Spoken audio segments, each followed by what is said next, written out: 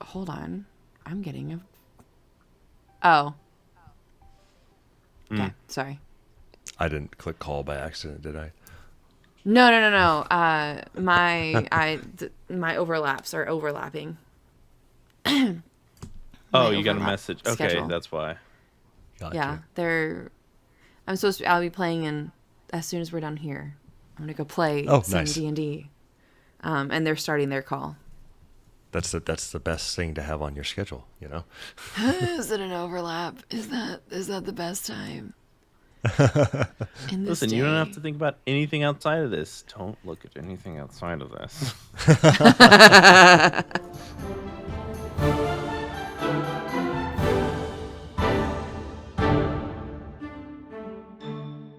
Hi, and welcome to another episode of Dungeons and Degrees. My name's Adrian, And I'm Alex. and today we're here with Beardy. Hello, Beardy. Yay! Hey, y'all. Beardy, I met at Gen Con and is part of the Unbalanced Encounters team. As the is it? Oh Lore man, I keeper. think I'm mixing him up. Lore keeper or Yeah, Lore okay, Keeper is my official title. gotcha. Okay. I was just like, in my mind, I'm going through all there's like only a handful of people with brackets, and I'm like, Beardy's there. And then I just started flipping through all of it, saying community QA things. I'm like, oh Yeah. no, oh no. So yeah, welcome to the pod. Yeah, I'm Glad so to glad to talk be to you here. again. Yeah, it was so lovely meeting y'all at Gen Con, and I'm so excited to get to be on here. I've been listening to y'all's podcast and consuming all of it, and yeah, I'm excited. Thank you. Yeah, well, we This is have great. some, close friends of both of ours, and Hmm. so like, it's nice to see what they have to say, like one on one, and also just fun to have a goof because me and Alex are very unserious people. Yeah. We're very serious. I don't know what you're talking We're so about. professional. We're the most serious people. Yeah, I think I remember saying that earlier. You're just talking about running. I'm like, yeah, I'll be fit enough to maybe go on a morning jog with Beardy, and I'm like, 10 miles. I don't even know if I can do that in the morning. What the hell? I can't keep up. It's me that Captain America scene on your left. Just run me laps. I'll take Listen, that. if you can run a 5K, you can run a 10K. Okay? If you can run a 10K, you can run a half marathon. Yeah, that And was that's the it. mentality I had in the beginning, and it works. Well, one day I will try. I think I did like 2 weeks of cross country back in high school, but that was an age ago. That was 200 pounds ago. I still have some stamina, but definitely not when I was like high school. You're burning calories like no other. Your body's always changing. You're just like on fit as hell. Like zero lactic acid yet. Yeah. Everything works. Nothing hurts. I don't get it the day after. I get it the second day. The Really? second day. So once I turn 30, if I work out really hard, it's not the next day that's the problem. It's the day after. And you're like, okay, cool. This sucks. If you 'Cause for never a while- stop working out, it won't hit. You're right. You just don't You're stop right. moving Smart. for years. Write that You just down. keep moving. I would work out, and then I would work out the next day because I was like, oh, I feel great. I'm not, and then like that. Then it just started compounding on each other, and I was like, oh no, we actually have to take breaks now. We can't just stop. I ran a marathon in my 20s without any training, with like 2 Nice. months of running. Did I suffer? Absolutely. But did I get through it? Yes. You can cross it off the list. Right. I never have to do it again. Yeah, I This gotta is put that this on a my marathon list. runner. The one Haven't time. done it before. I mean, you run a lot. You do a lot of marathons. Oh, me? Yeah. Yeah. My wife and I, we met on the triathlon team at our school, and so yeah, triathlons and a bunch of other stuff. But yeah, run a decent amount. Hell yeah. Very cool. I heard a small scream in the background. I guess that's a wonderful. Sorry, Well, yes. no, you're fine. It's a wonderful segue into talking about our topic of like playing games for a younger audience. Hmm. I think I attempted once with my cousins, and it was just trying to mitigate short attention spans and wanting to still do the thing, but not wanting to listen to what I'm saying. Yeah. Was impossible to mitigate. I'm like, you know what? We're just gonna play pretend. I can't do this. But yeah, what do you do to kind of prepare for that when playing with that audience? So my I think the youngest kids I've had, there was a sibling of the group that was maybe 7 or 8, and they, I made very specific moments in the game that I could bring them in for a specific action or something. But with middle school aged kids, and even now, some of them are now into high school. Yeah, it's a thing you battle with. As a school teacher, I always had in my mind, in my back pocket, like, okay, steamroller mode. Kid, you're gonna just kind of bulldoze over them, and you're gonna make sure you do it to everybody so they know it's not just to them in personal. It's just kind of this instinctual thing that they know. Oh, the adults in teacher mode. We need to move on to something. Everyone's paying attention now. I need to focus. And with TTRPG games, I have found the same thing applies. Literally just now, the quote unquote class I had, we were playing Kids on Brooms, and we spent 10 minutes on a debate about pancakes versus waffles, and it started to get very, very heated. So I just jumped into character voice and got the narrative going. Because sometimes you just have to roll over it. Dang, Did they come to a consensus? Do they have pancakes versus waffles? I will say that, and I had to make the point to them too, of like, yes, guys, this is the most important debate happening today. But they did come to, I felt like they made a very good points at the end. One of them said chicken and waffles. And then the other one said Okay. bacon and pancakes. And so I had to mute all 4 of them on the call and just get into the game because we weren't making any headway after that. Okay. Yep. Well, it's fine. It's fine. It's fine. Me too. Girl, me too.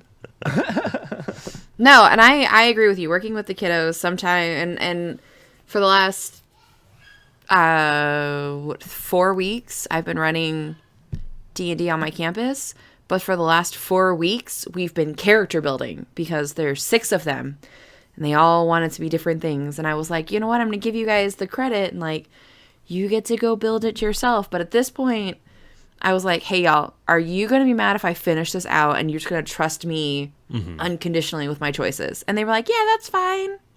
So at this point I'm finishing out their character choices. So, but 4 weeks we've been character building. Yeah, I think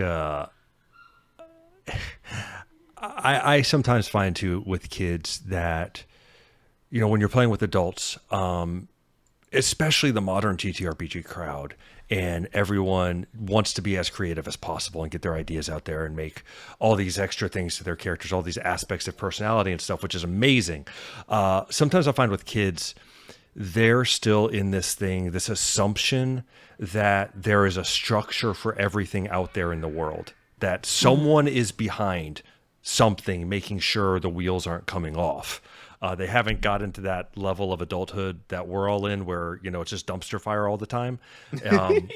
It's that meme of like, this is fine. They still think that there is, that there is an institution behind every single thing, and so I have found that stepping in to provide solid rules or completing something for them, sometimes they appreciate it. It helps them.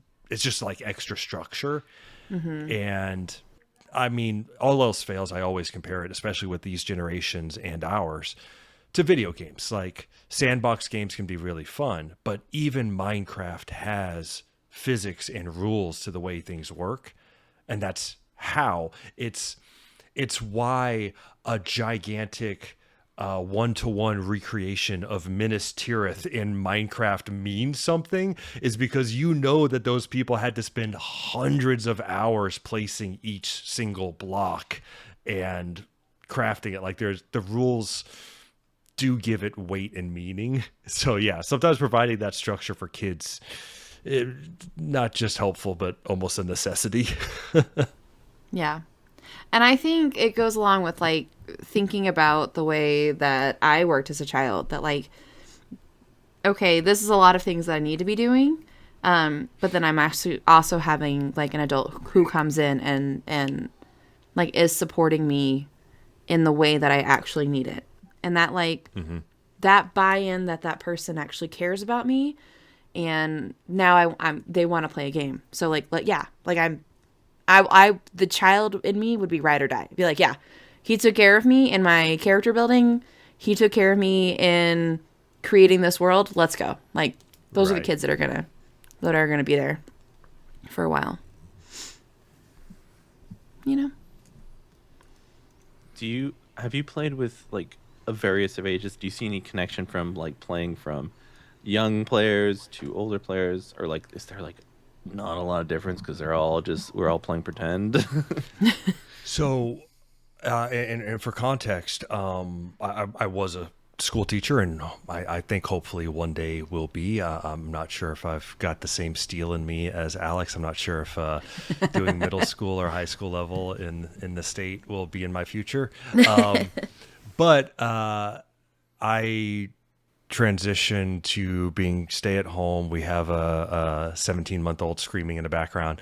But for a few years now, I have offered these classes to teach kids how to play Dungeons and Dragons and other TTRPGs like The Cunning Folk or Kids on Brooms, Kids on Bikes. And that's been kind of my business. And so I've got some groups that have gone for, it's been about 2.5 years now with some of them, which is great. So that's why I do this so much during the week and might have 4 or 5 campaigns. I've had like 8 or 9 going at one time. And the biggest thing in this time running these with kids, from the younger levels like 10, 11 to now the high school kids, I think my biggest thing that I've noticed is they have not yet experienced the structures of story that we're all used to, like archetypes and stereotypes. And the amazing thing is, those things are organic. And so you get to watch the kids stumble into those for the first time. And you get this understanding of like, oh, it's not that, Shakespeare or Aristotle or someone wrote down that this is the stereotype, this is the hero, the archetypal hero. It's that it happened in the stories we told, and that they just kind of naturally come about. And these kids who don't have that experience, they don't know the Epic of Gilgamesh, like they will create these characters and do these things and just kind of stumble into these archetypes. That has been so cool. And it is a connection between the younger and older ones that I've seen, but a major difference between them and adults who do it consciously, or may try to recreate those types of characters and stories. And because the kids do it organically, like you get an archetype that you recognize, and then the story goes a complete different direction than you expected. You're like, okay, cool. Add this to the book. Yeah. Right. I think like that it's just very like, I think I started in a later sense, or I started in high school really playing. Like I fell into those kind of archetypes because I felt like, well, I don't know what's supposed to happen. Like I thought like there was supposed to be a structure that I should be following. I'm a rogue. I gotta be stealing everything. I'm a bard. I gotta be singing. I gotta make rhymes. Like in my mind, I'd already kind of purposely placed those things in there. And later on, as I went on and started feeling like I've already done everything, what's the point of doing it again? How can I make it different? And I start like breaking them apart. Mm-hmm. So as we kind of like go on with our journey of storytelling, like, we want to be unique, we want to be different, we want to have something that says, hey, I'm me in this archetype versus I am the archetype. And I kind of see that when I play with a bunch of different people, like I can kind of tell what they're playing at, but they always have some sort of unique flavor to that archetype, from my experience. Absolutely. And I think it's a normal, natural thing. When you're hearing ideas, it's a normal thing to immediately compare them to other things you know. Like, Right. oh, it's a character like from this movie or whatever. That's totally normal and fine. It's how we make, that might be how some people's brains work to make those connections and understand. You Yeah. have a lens to understand. It can also kind of be a little bit of a handicap for grown-ups, I think, because you get stuck in it, right? Like you have to break the character apart and make that conscious effort Oh yeah. versus the Otherwise, kids just like, well, why did you stop the fight and go get cupcakes? Because I was hungry. I wanted to go get cupcakes. Like, we're gonna do cupcakes now. Can we buy this bakery? Like, okay, this is what we're doing now. Cool, let's do it.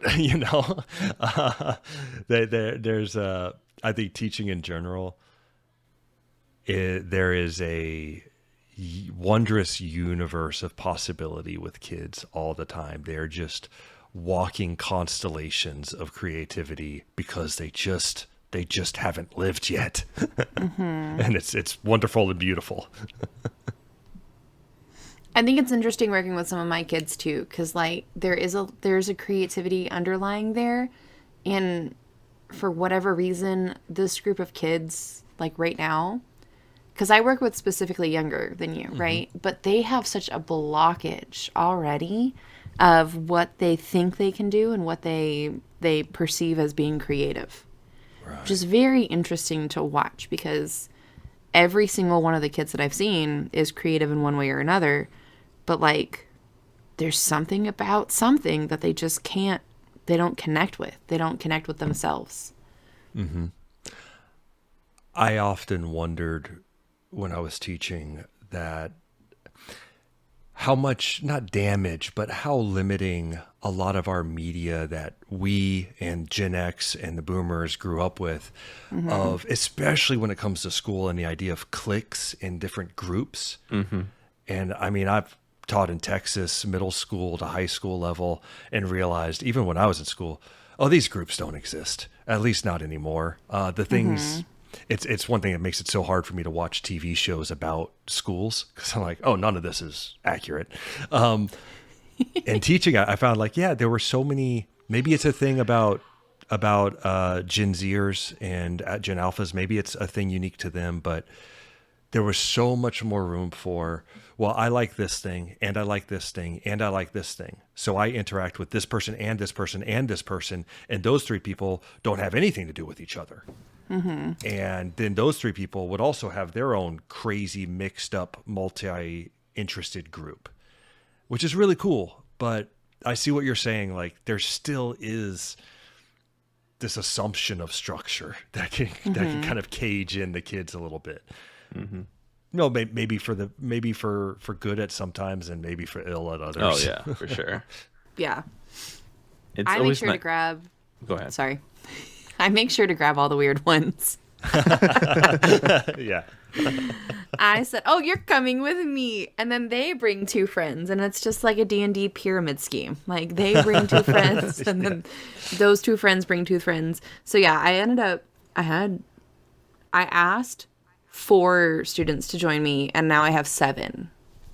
Nice. So yeah, How's and last year how's 7 going? A lot. it took us 4 weeks. Well, they kept adding on. So like the first week I had the 4 show up, and then the second week I had another one show up, and then the third week I had 2 not show up that still need to finish characters, but then another one join. So like at the end of it all, I have 7 students, all with very interesting choices of characters. I'm so looking forward to. I am not terrified at the shenanigans that are about to go down in my room. but I think they'll really like it.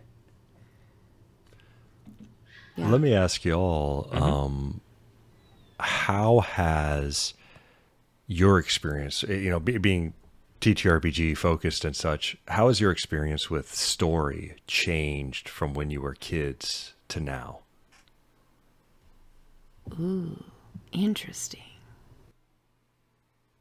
It was always a lot of like group play where I had to have my cousin, my brother, and my other cousin, and we all like I'd talk about like fighting dragons and things like that, and oh, we're Sonic and Knuckles, and you're this one, or things like that. It was always very like me and my brother, me. So it was very group based all the time.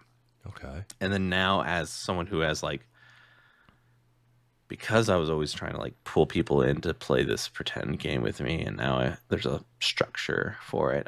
It's been like, okay, how can I now, instead of like, hey, you're doing this, they're people with conscious thoughts and ideas they want to provide. So story based is more like creating a shell while they play with inside it, instead of it just like it's already molded. This is what we're doing. Right.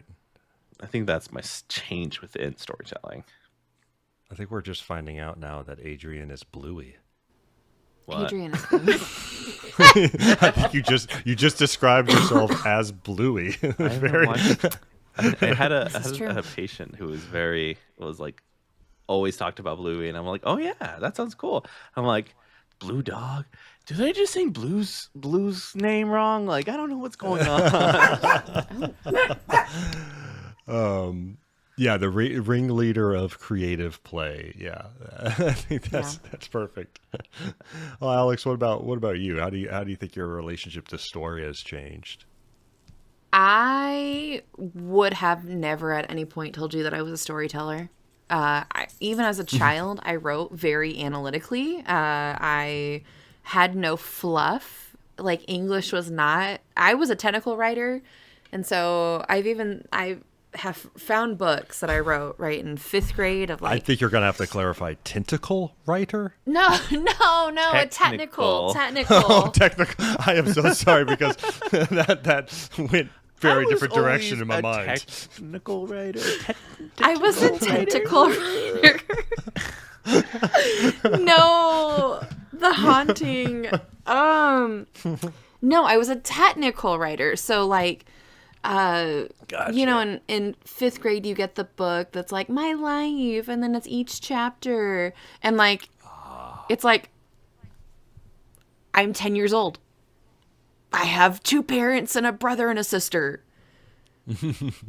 Their names, and like very clear and concise. Like, I looked at the rubric and I said, okay, I'm answering these questions. That's all I'm writing. I'm not giving you anything else. I'm not adding any flurries in here. What do you want to be when you grow up? I want to be happy when I grow up. I don't know what else you want, dude. Like, that's all I got for you. There's more to this assignment? Fuck. I didn't understand. And so storytelling in my own like experience is a newer phenomenon in my life. I don't mind group storytelling, right? I could be a player character all day long, but the idea of having to be like have a structure, that's crazy. And then I very much pull in tropes. Like, okay, I've seen this. I really enjoyed listening to this, or, watching this movie, or I love these characters. So how do I bring these characters and this joy into my game? So I would say that I'm very much an adult who's like looking at nostalgia things, and that's how I'm playing this game as like a DM or a GM. I mean, that's awesome. I mean, I think, especially modern GTRPGs, all game masters and dungeon masters have their methods. And I think that's a beautiful thing of our hobby, is moving away from strict ideas of what a game master is, of reading the rule books and reading a module. As helpful as they can be, people take their own approaches to story and how they do it. And some can get very, very cerebral with it, and others, well, I'm just going to lean on the stuff I know because I know it meant something to me, and now I get a chance to make it mean something to everybody else. So that's awesome. Yeah. How do you recruit for your games? What do you do? So at the moment, I am on a platform called OutSchool, and it is, I think, generally started as students kids who need classes outside of a physical school, and they can be core curriculum type classes or just hobby stuff. You know, how to draw a certain Pokemon to doing different kind of crafts. People who are super interested in geography, people who want to learn how to play Dungeons and Dragons.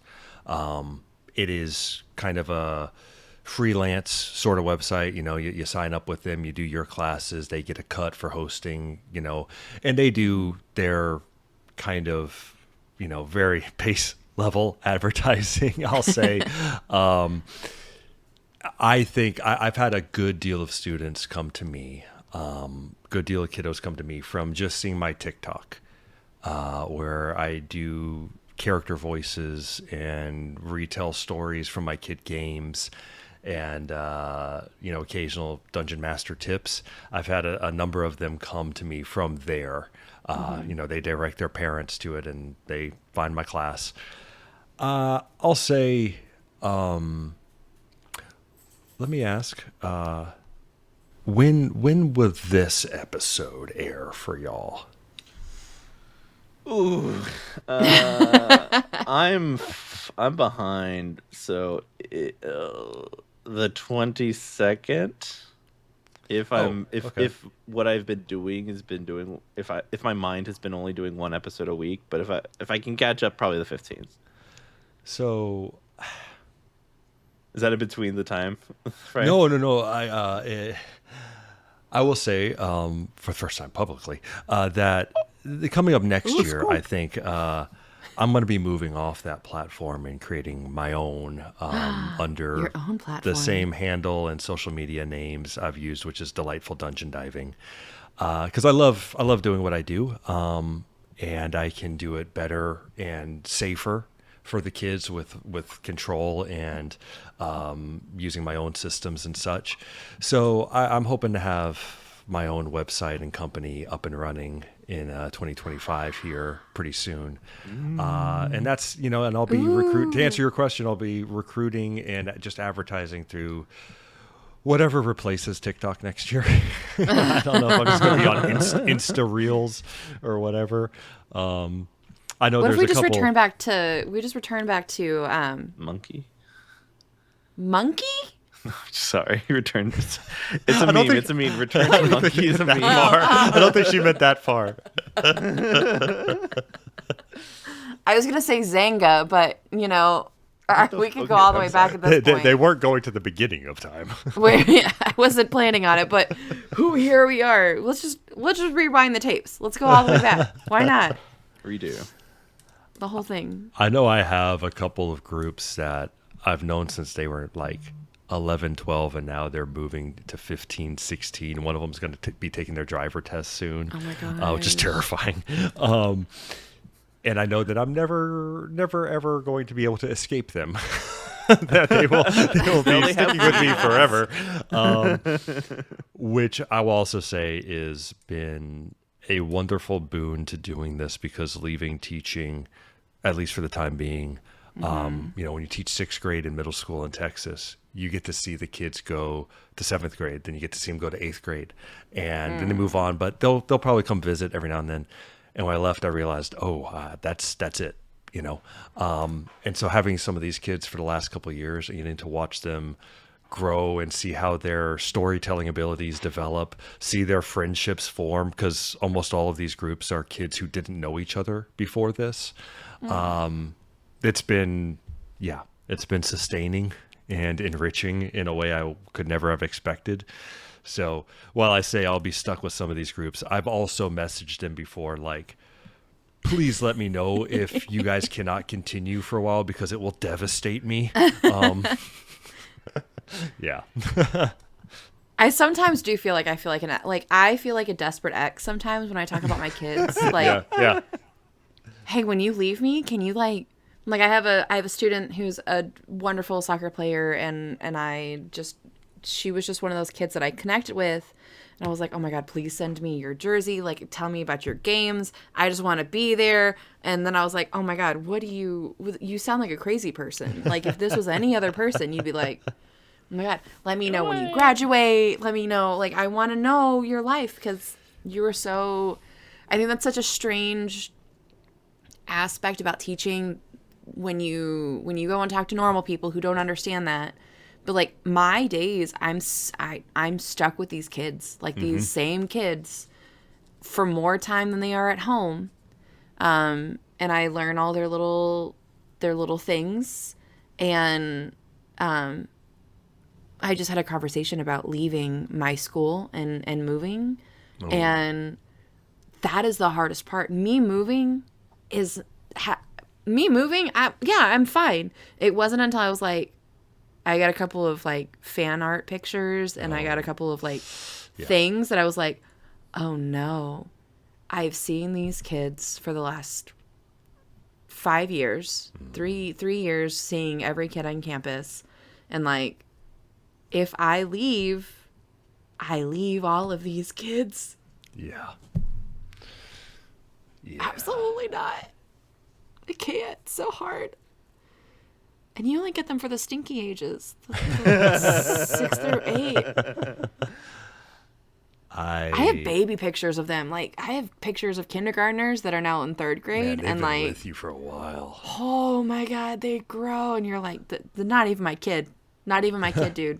Like,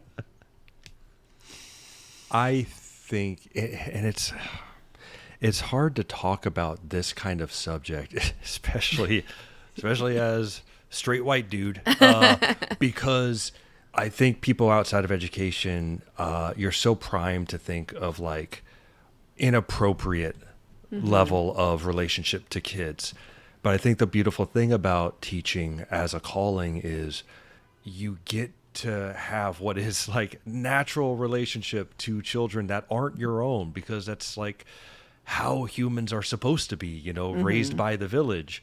And you get to get into this space of semi-mentor, not really family member, not friend, and you get to experience the kids growing up and seeing their minds grow and develop and the friendships they form with each other.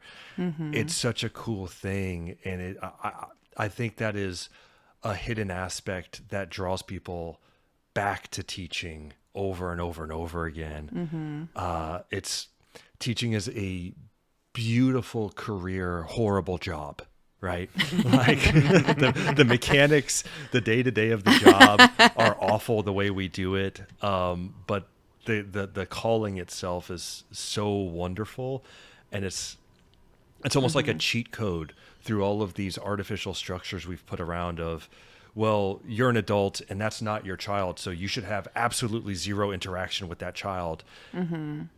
When that's not really how we're supposed to do things as humans, So being a teacher, you get to experience that again, and it's so enriching to your own life. And yeah, like we're saying, there's also the double-edged sword of it is one day they'll leave you, and you know, then you're sad and a husk of a human. you have to hold on to the experiences you had when you had them, and hopefully you'll get some new ones. They'll replenish the system, and then the system continues. Yep. No, it is very difficult, and it's never. The problem is, especially in the state of Texas, it's not the kids. Kids are not the issue. Yeah. Absolutely agree. There's more frustration, and I can't even be mad about my leadership on my campus, because I can look at them and it's not coming from them. It's coming from their people, and they're putting such pressure down that then it does trickle all the way down. And sometimes I have to look at myself and be like, or look at my principal and be like, I don't think this is coming from you. I think this is coming from a different person, so I can't be mad at you. Even though I want to be mad at you, it doesn't feel like it's you, telling us we need to have 4.5 hours on election day for professional development. You didn't torch the place? I put that shit on 2 times speed and I walked away from my computer because there were no quizzes attached. Oh, I don't think I actively watched any of those professional No. developments for the last like 5 years. No. No. Yeah, no, I totally. My last school was the best job I've ever had, and best boss I ever had, best team I ever had, and it was top of my list to try and get to in my teaching career. I moved schools several times in the area, trying to get to this one eventually, and I got there. You know, obviously, nothing's perfect, but it was a great place to be. And some kids had asked me, because I just put a little handmade rainbow sign above one of my doors, and some kids asked me one day if I would mind sponsoring an LGBTQ club. And so I spoke to the principal, who was an out gay man who had adopted a kid and then later would adopt a student who went to our school who was a migrant who needed parents. And wonderful man, best boss I've ever had. When I decided to leave, and it was very much a canary in a coal mine situation, especially as I have recently met a parent whose child currently goes to that school. And with our situation here in Houston, which some of you may be aware of, I was certainly, as negative as that sounds, certainly had the timing down. That principal was forced out. But when I left, you know, it was still kind of at the end of the pandemic, and we were all the teachers were packing up their rooms and stuff, and principal said, hey, we don't all need to go to the cafeteria, everyone just get on Zoom for a second, we'll do this meeting today. And I'm just, you know, a sobbing mess as he's telling people that I'm leaving and such. My last day with the kids, I'm walking into the cafeteria. We have a bunch of kids are in there for kids who have finished their testing and everything. So they're just in there working on stuff, eating, whatever, just being calm. And a kid pulls me over and says, hey, Mr. P, so-and-so has something they wanted to tell you, but they're a little afraid to tell you. And I was like, oh, okay, cool. I'll go talk to him. And I knelt down. And this kid that wasn't one of mine, essentially came out to me that they felt that they didn't feel they were he or she, and they were hoping they could join the club the next year. And I'm kneeling next to this kid who's just, you know, a tiny little stick of a human being, and they've got like a triple oversized school sweatshirt hiding them. And I'm just having to think, like, I have to tell this kid that I won't be here next year. And I'll never not have the memory of looking up and seeing that principal standing in the middle of the room and just pointing to him and telling the kid, hey, you don't have to tell him anything right now if you don't want to, but he is safe and he'll take care of you. And that was probably the hardest 15 steps I've ever taken in my life, was leaving that cafeteria. It's a job that will twist the hilt in you over and over and over again. But I don't know, maybe it's an oxygen mask thing, you know, gotta take care of yourself before you're able to take care of others. Yeah. And I think you are coming from an area, especially in Houston, like, fuck that, dude. Like, I was terrified to see what happened. And fortunately, there's not been major moves from that moment, right, that have affected the other districts in Texas. Hopefully it ends today. But because Houston is the largest, right? In Dallas Texas. Dallas is the second largest, and if they can get that shit, they can do that shit in Houston.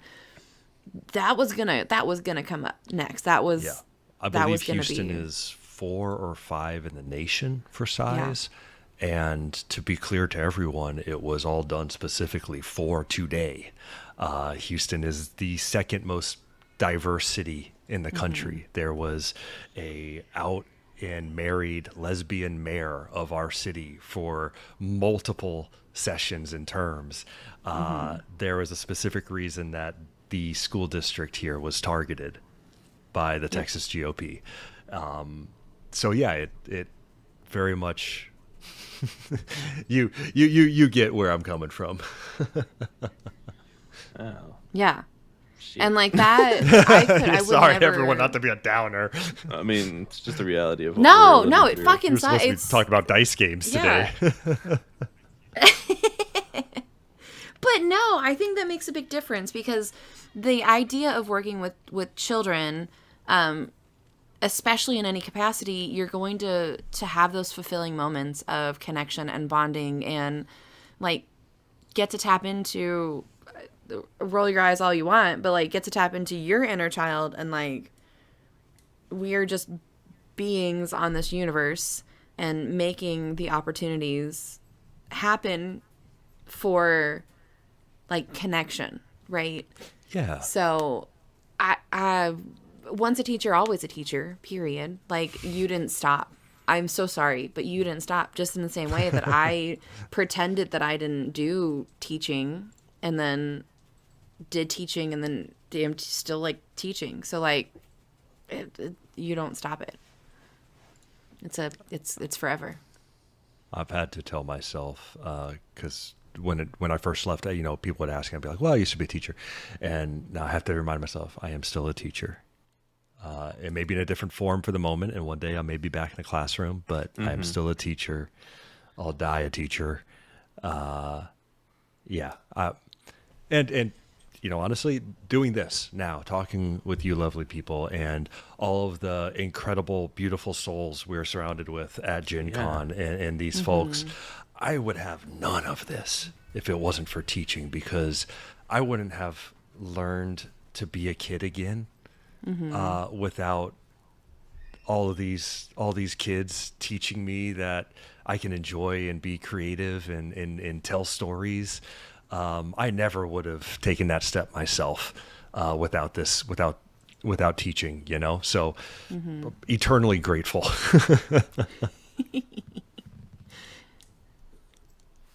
What's your favorite part about working with the kiddos, specifically in the TTRPG space? How much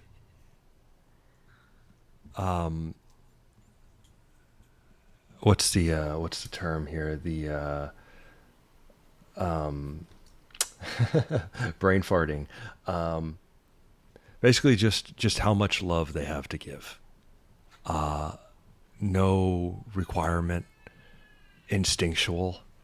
How easy it is for them to just reflexively empathize with each other. That's not something I think you actually have to teach children most of the time. I think it's something that is instinctual in all of us, and some people may struggle with it for various reasons, but I think it's something that a lot of times gets beat out of us, and even if not actively, then maybe just by getting worn down and weary from all the responsibilities of life as you grow up. But the kids, it's automatic. Their connections that they form with each other, the desire to protect each other, to throw themselves on a fire for a stranger, it's there, and I get to see it every day. It's incredible. Not to put the onus on a younger generation because we ain't dead yet, but they will restore your faith every second. One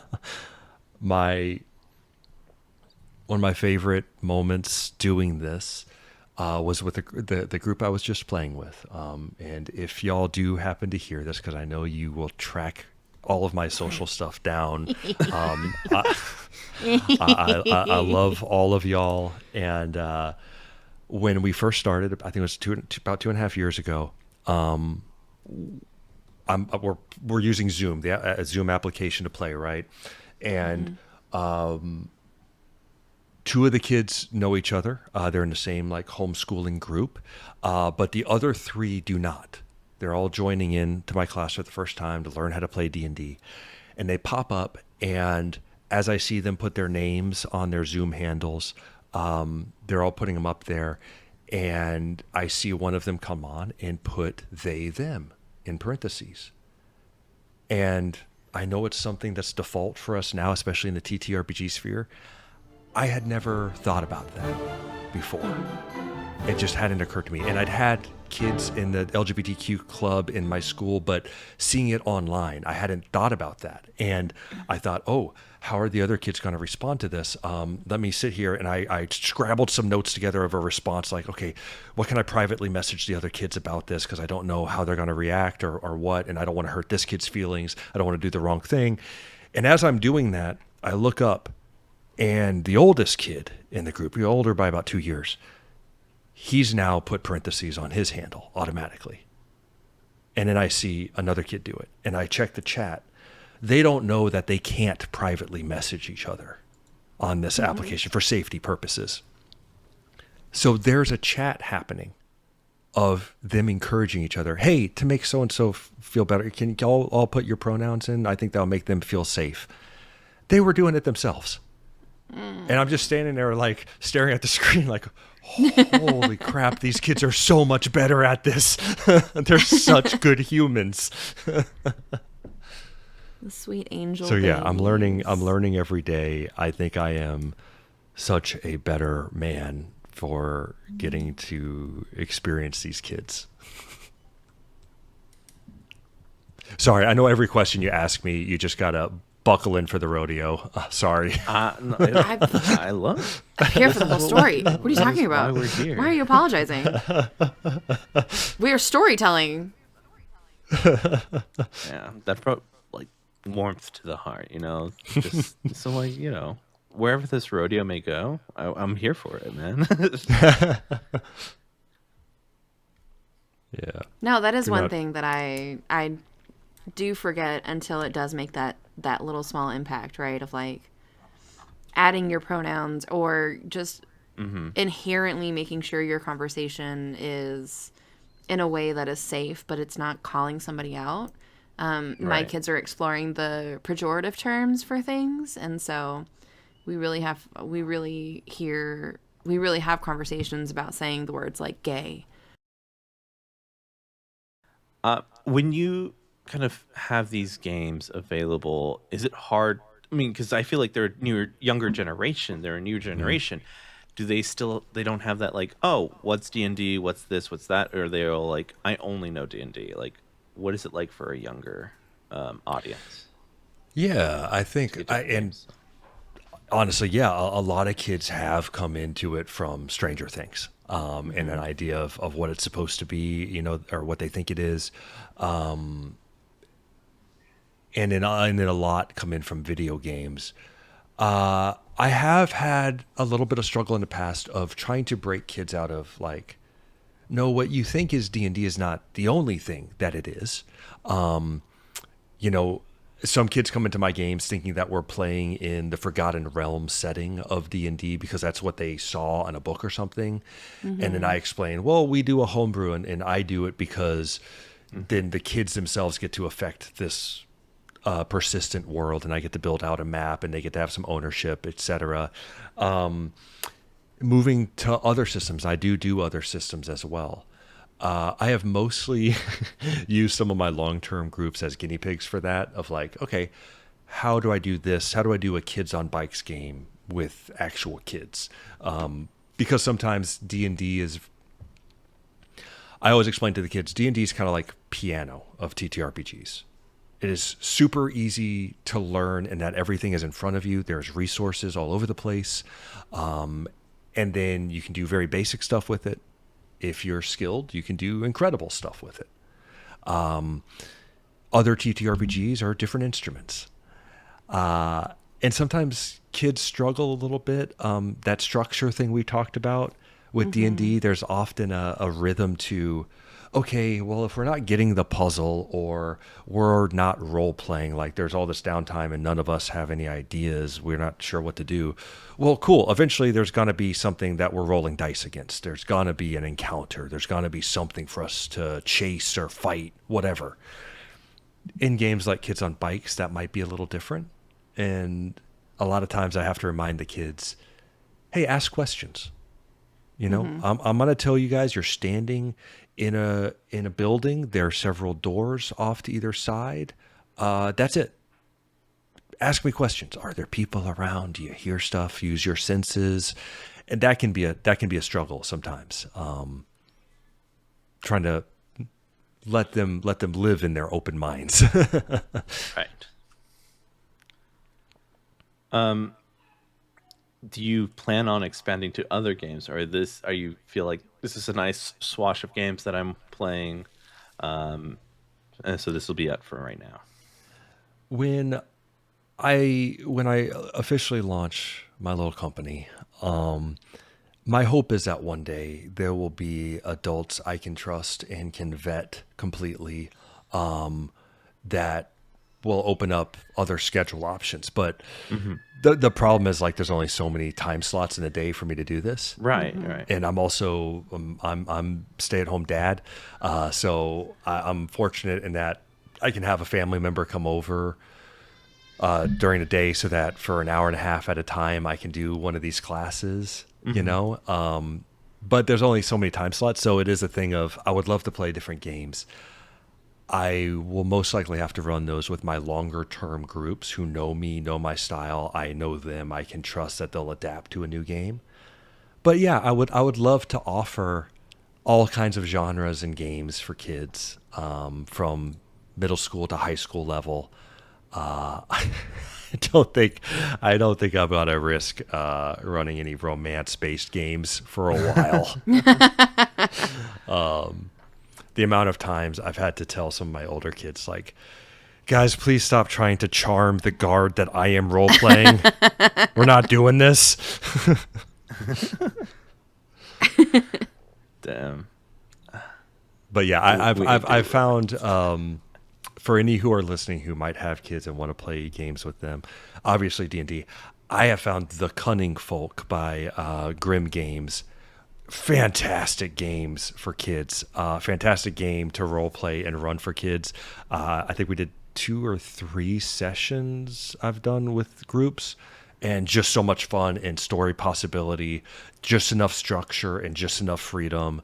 It's wonderful for adults too, but if you're looking for a game to play with kids, that one, getting to play fake creatures enacting vengeance on people, oh, it's amazing.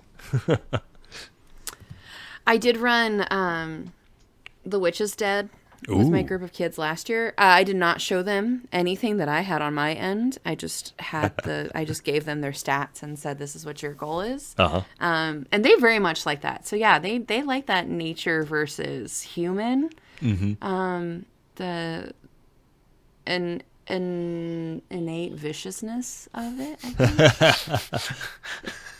Look, we haven't talked about it, but holy hell, is there a darkness in some of these kids? Dude, I have no idea. Okay, I'm happy it's not just me and it's not just one of my kids, but like, yeah, I have one of my kids this year. Sorry, it's so loud. I'm so sorry, editing Adrian. One of my kids this year, we were talking about different races, right? Because we're running in 5e. And so she was like, what is a tiefling? And I was like, I don't lie to children, right? So like my already playing this whole scenario out. I was like, I can't lie to you. But I also know that this is exactly what you're going to pick because that's the type of child you are. Like, as soon as these words come out of my mouth, she was like, that's it. I'm going to be a tiefling. And I was like, I fucking know. I know. Yeah. But like, you got a kid that just like is going, okay, has been hotel ideas. And I'm like, no, okay. And especially because I do, with kids, every session is recorded. And when I do it on my own platform, same deal. Every session recorded, available to parents. So there are times where I'm just typing out a message like, hey, I'm really sorry. I didn't see this one coming and didn't head it off soon enough. Here we are. It happened. Yeah. Yeah. I'm so sorry. Look, when you realize that most of the content on DeviantArt was done by 13-year-olds, and you're like, well, right? Yeah. Stop screaming! Stop screaming! Don't look up eloquent mime on DeviantArt. Don't look. oh no. Up. Don't look anything. Don't look up my name. It's some Stop. variation. This is going to be one of those weird moments. Like, it should be heartwarming of like, oh, we actually did know each other as kids, but I'm going to find like, oh, this was your artwork? Oh my God. No, listen. I will admit. Tentacle writer. The tentacle writer. You wrote that? No, it's not me. Oh my gosh. No, I was an amateur like photographer. Oh. Yeah, that's the issue. It was like the artsy fartsy shots. Look, in another life, that is what I wanted. I wanted to be a photojournalist. I knew someone somewhat famous when I was a kid, and I thought that's what I was going to be. Hell yeah. I feel that. Yeah, I think to this day I've made maybe $7.38 on Shutterstock. Hell yeah. That's some more than you didn't have before. I think I would actually end up spending more money trying to retrieve those funds in just fees and taxes. Every time. That's all they get you. Yeah. That's how they get you. Like, wow. And then a fee for this and a fee for that. And, oh, penny. Shiny. Are you, sorry, this might be out of left field. Are you going to PAX U or are you? PAX U? Mm-hmm. Oh, am I going? I am not. I don't have anything on the docket for the remainder of this year. I've already talked with the missus, and I think we're going to do a family trip for Gen Con next year. If the boy's not up for it, because he'll be just over 2. Mm-hmm. We might just make the road trip ourselves. But so I know I'm not do Gen Con. Unfortunately, I don't think I'll be doing any other big trips, just cost wise, Yeah, of course. For any who are getting super excited, look, I encourage you to do what I do. You will not support yourself doing what I do. It's lovely and it pays some bills, but yeah.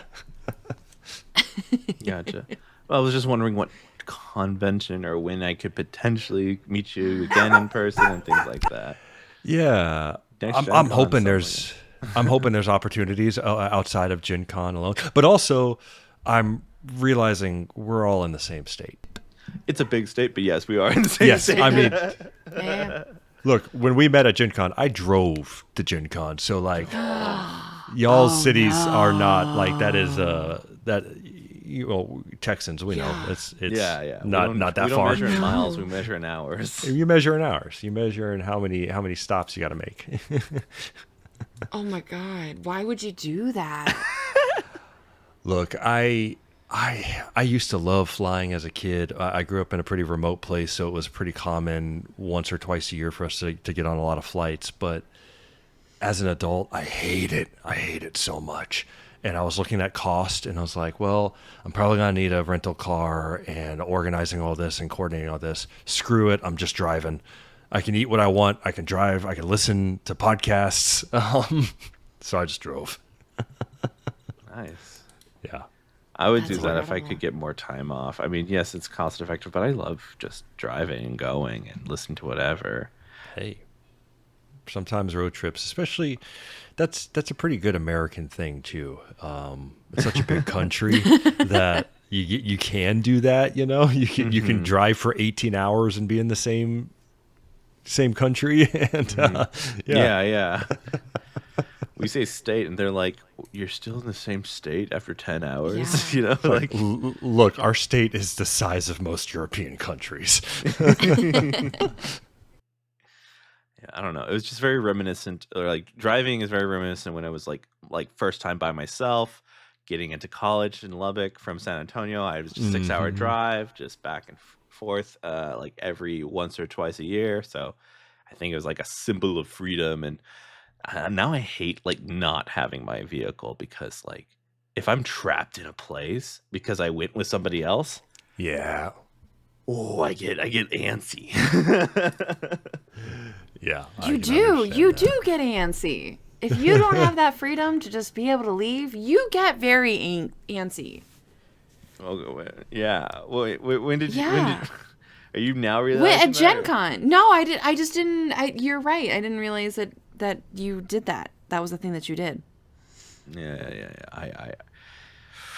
It bothers me. It bothers me so much. Oh man. I Speaking would of, drive and I would do stuff like that, but I was at school. Like I already had to take days off well, from yeah, that's working. I had some flexibility in that. One lovely thing about what I do is I get to make my schedule for the most part. Unbalanced Encounters are going to be getting a little more busy next year as we expand, but still a flexible schedule, and got to just be like, hey, Yeah. I'm gonna take these days to make the drive and go meet all these lovely people. But speaking of anxiousness and anxieties, I was curious. Like we often talk about the things we love about TTRPGs and how they've affected our lives. Is there something from each of y'all that like still gives you anxiety in playing or running TTRPGs? Something that is genuinely like you still got to work on or get over or survive, if that's a better term. I think role playing anything that has to do with conflict that is beyond I'm going to fight you, like any sort of interpersonal conflict. I don't know why I'm screaming on the internet like this, but the Screaming, you're at like ASMR levels, okay? I'm the one over here shouting like I'm like out on the ranch or something. No, I think the interpersonal part, because then we're talking about I'm doing this very intense thing with somebody or my DM, and we're supposed to be having fun, but we're having this interpersonal moment that may not feel fun, and so I think that's the one space that I'm like, it's still sticky in for me. Do you feel like it's too easy to bleed over into real conflict? I think the issue is that I don't want it to bleed into conflict. Gotcha. And I would much rather make sure that you know for sure, like I am 0% upset at you or with you. And Yeah. that may play through in some of my role playing, that like, I would play this much harder, but knowing that there's another person involved that may not consent to that level, that's where I'm like, even if they said, yeah, I fully consent, I'd be like, okay, sure, but are you sure you fully Yeah. consent? Are you, Are you just I don't saying believe this? are you just saying, yeah. So I think that's a me problem, but I don't think that's a bad one to have. Like, No. that was the cop out answer. Not at all. No, that's like, diving into the abyss of, have we established a trust? Is the trust there? Are they on the same page that I'm at? Like that's perfectly natural and human. Yeah, I think the thing that I'm still I get anxious, I get worried about is if I have everything to everyone's liking. I know that I'm going to have fun because the table that I'm at is usually people I trust, people I can laugh with. But I also want, because I know I'm going, this sounds weird, because I know I'm going to get mine. I want to make sure they get there. Yeah. I want to make sure that they didn't come spend 3 hours with me just to be like, it was okay. Okay, like I wanted to like, I'm going to remember this next session, Right. or that I can't wait for next session, things like that. Totally. So I get think that. that's just, and I think there's a thing that I don't want to do, which would probably help me, which is, hey, maybe at the end of the session do stars and wishes and things like that. Yeah. There's things that are in the TTRPG space that I could use. I don't know why I haven't done it yet. I'm trying to be more truthful to myself, because there's a lot of things where I'm just a stubborn person, a very, very stubborn person. So it's hard for me to change my ways. Like right now, I wear my shoes inside. Okay, I wear my shoes inside. Monster. Monster, yes, I know. My brother's girlfriend hates that. And they're like, when we get the new house, you cannot do this. And I'm like, okay, fine. They got me little slippers. Like, we are going to like help you do this transition, okay? Like, okay. But like every time I'm just like, I walk in, I'm ready. I'm walking to my room. I can't wait to take off all my clothes and put on something lighter than what I'm wearing. And it's like, they're like, your shoes, your shoes, your shoes, your shoes. I'm like, I just want to release all this work pressure. I want to change. I think that's a pretty empathetic response though, of like, even if you're not doing that, you know that it's there. You know that process is there and how it could be beneficial. And on the flip side, that's a thing of like, just because a tool exists doesn't mean you're comfortable using it or ready to. In Stars and Wishes, I slightly unrelated to No tabletop worries, no games.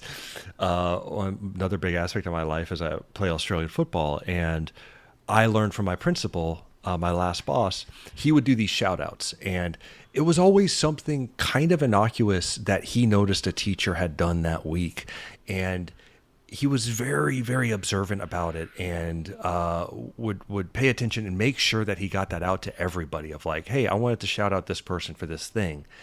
And I took that into footy and made sure that after every practice, I was just in the group message pointing out little things, because like a two-way street of like, yeah, myself, I'm not the best out here, but I would like to have this one little moment appreciated, or know that someone saw this catch or this tackle or whatever I did good.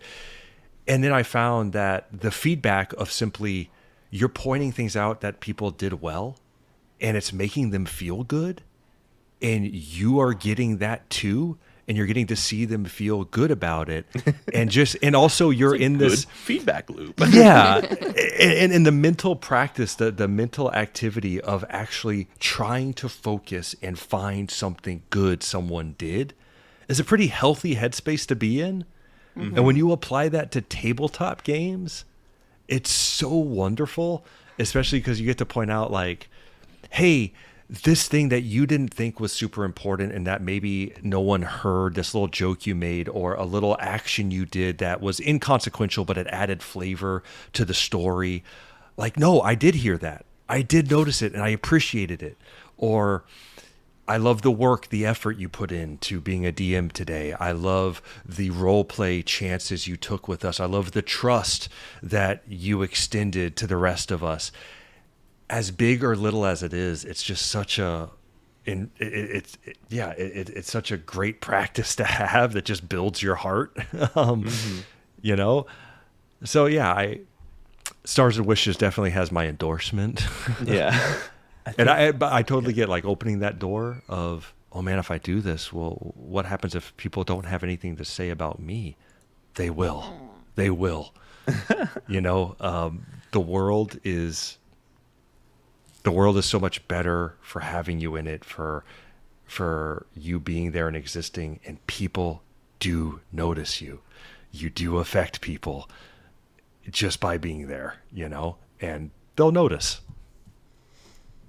Hell yeah. If I wasn't on my antidepressants, I'd be crying. I'm sorry.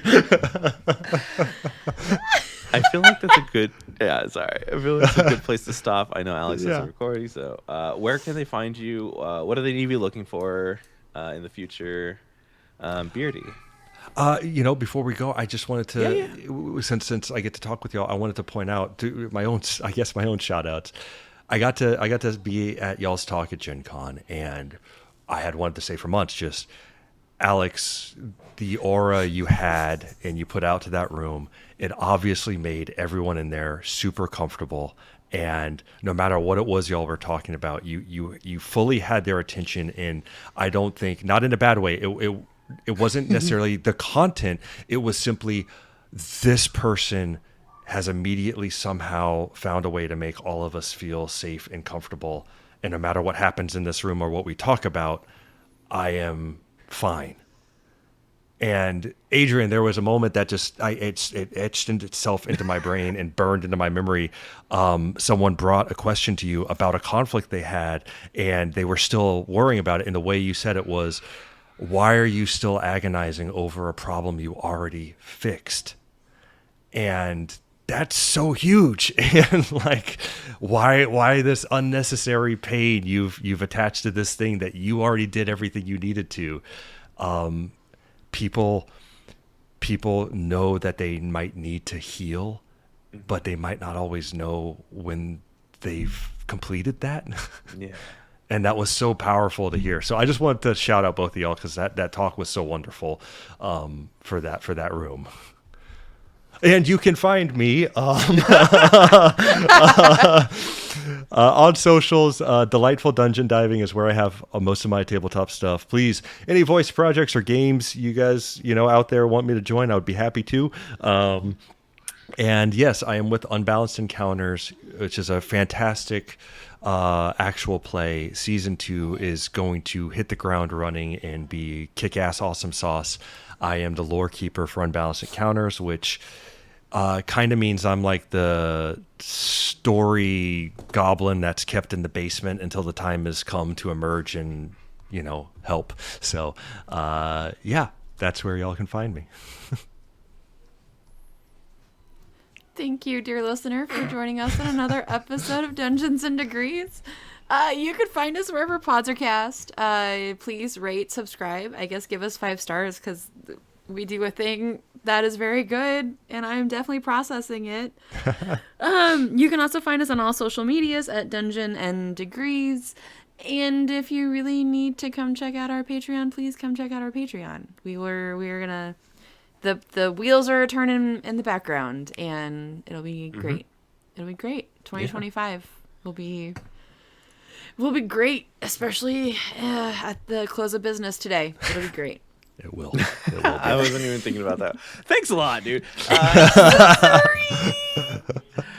Well, thank you so much. Real quick, if you see us at PAX U, come say hi. We will not be afraid. We should have stickers. We will hand them out. Yeah, we're gonna be there having fun. We got a media pass, so we're gonna be interviewing a bunch of people there. So Yeah. we'll see how it goes. Thank you so much for listening. My name's Adrian. And I'm Alex. And I'm Beardy. Go have some fun. Yay. Be-doop-boo.